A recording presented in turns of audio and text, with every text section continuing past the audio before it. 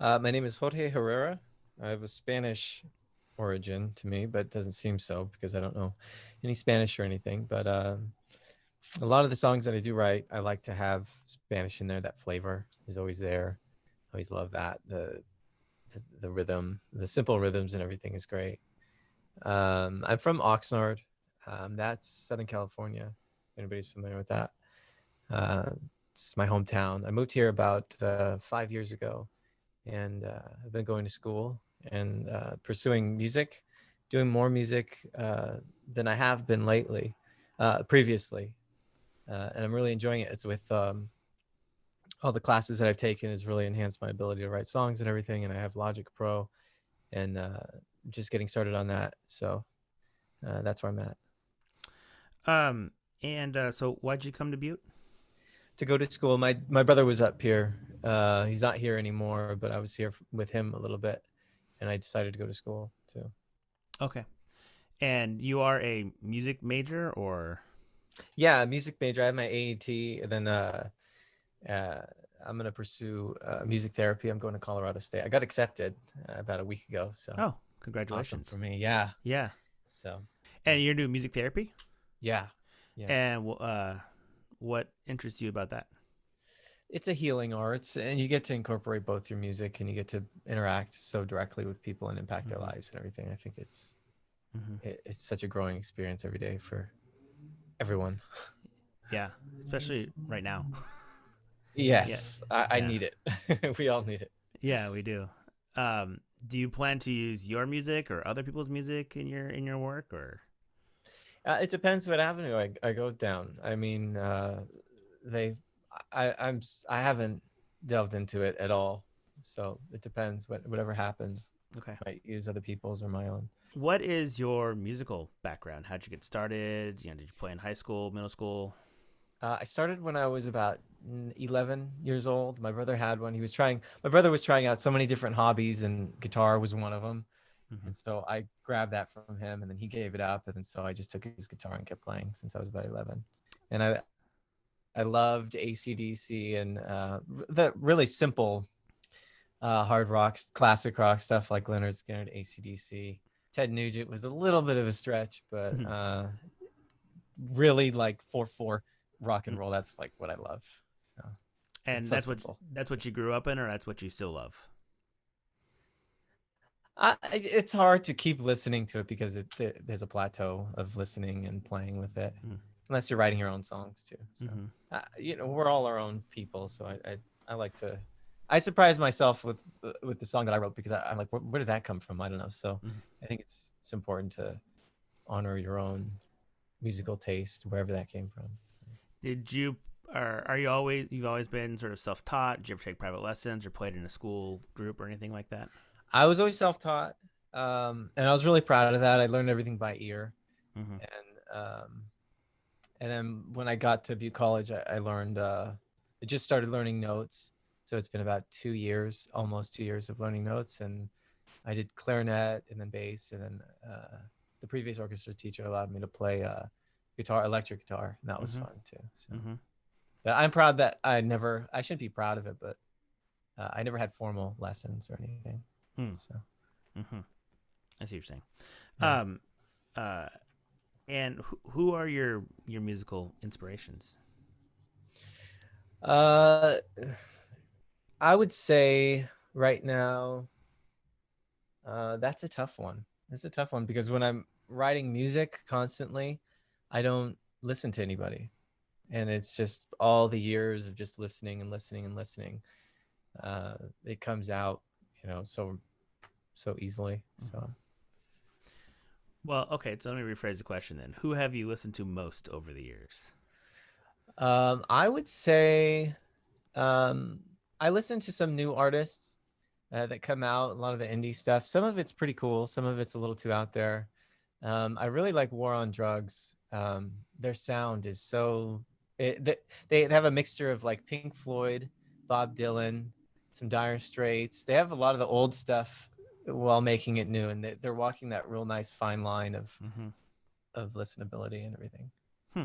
I don't think I've listened to them. I'll have to go check them out. Yeah, they're grewho Who did who who did you listen to the most, like in high school, say? Oh, it was all ACDC. Oh, AC/DC. Okay. ACDC all the way. Yeah, and Ingve too. You'll hear that a lot in my song. hmm I don't like his music that much, not really that much at all, because it's just neoclassical, but I loved his technique. If you're familiar with Ingve, it's just that. Yeah, he was in the 80s. He was a neoclassical guitarist. He was like a pioneer for that. Just the way he plays it, it sounds like a violin. It's his technique of playing that I really like. Yeah. Do you write your own lyrics, or do you? Yeah, I always write my own lyrics. And do you have a process for that? No, whatever's on my mind. Whatever's on my mind. Yeah. So what do you try to accomplish with your music? Well, I want good vibes, good energy, and people to dance, preferably people to feel good, like uplifting. I think that's what it is. Okay. Yeah. Were you performing a lot, gigging a lot, or just producing your own stuff and then putting it out there? I just kept writing my own stuff, and I did have a band I was playing with that was so fun, and we would have so much fun, uh, just riffing and coming up with songs and different vibes and everything. God, that was a lot of fun. But now, and then once COVID hit, I just do everything on computer. So tell me about the specific song. Like, what's it about? What are you trying to convey with it? Um, it was very like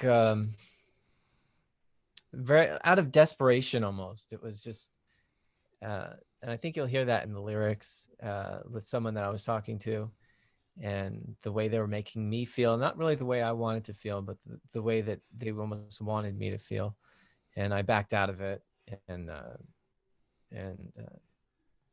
yeah, it was just what I was going through. Yeah. So it's a relationship story. Yeah. Okay. Yeah. And what was your compositional process in this tune?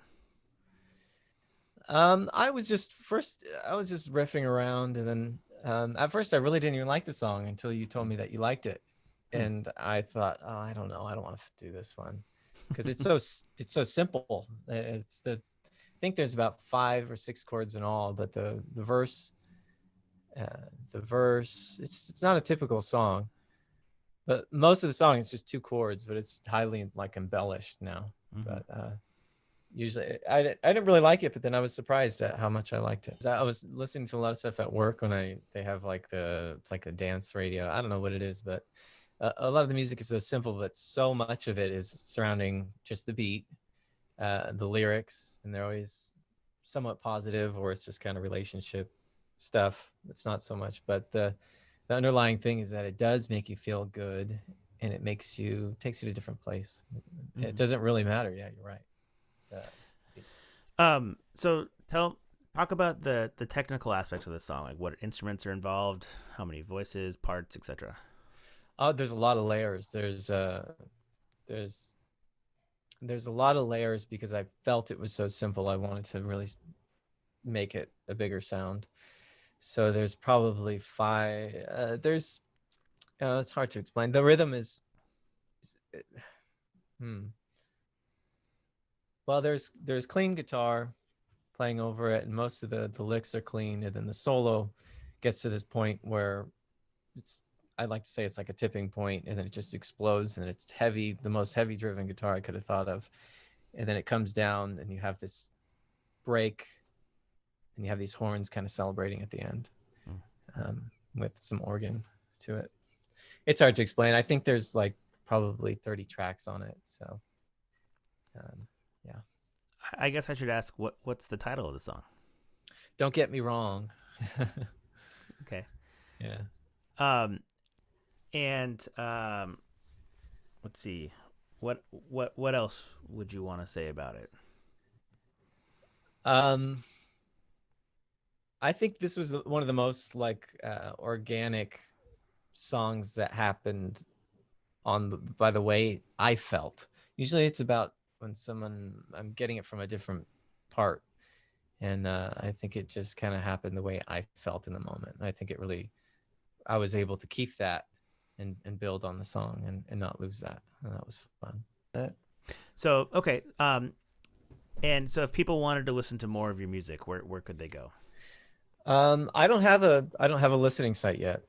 It's not going to be, the song is not, that you're going to hear is not, the way I want it, because of restrictions on my little Mac Air Mm-hmm. that doesn't let me play completely. I had to chop all the songs up, the tracks up, put them in different tracks just so they can play. Because if I have it all in one thing, it'll keep freezing and freezing, freezing. So it was really hard for me. So yeah, I don't. There's not going to be a site for it yet until I get a better computer. So Okay. that's a shame. And but you're looking for people to collaborate with. Over, Yeah. Yeah. Yeah. Yeah. Okay. Yeah. And what's next? What's next? More for songs. More songs. More songs. I have more songs ideas that I'm gonna keep working on. Cool. After this. Cool. And now Jorge Herrera's original composition, "Don't Get Me Wrong."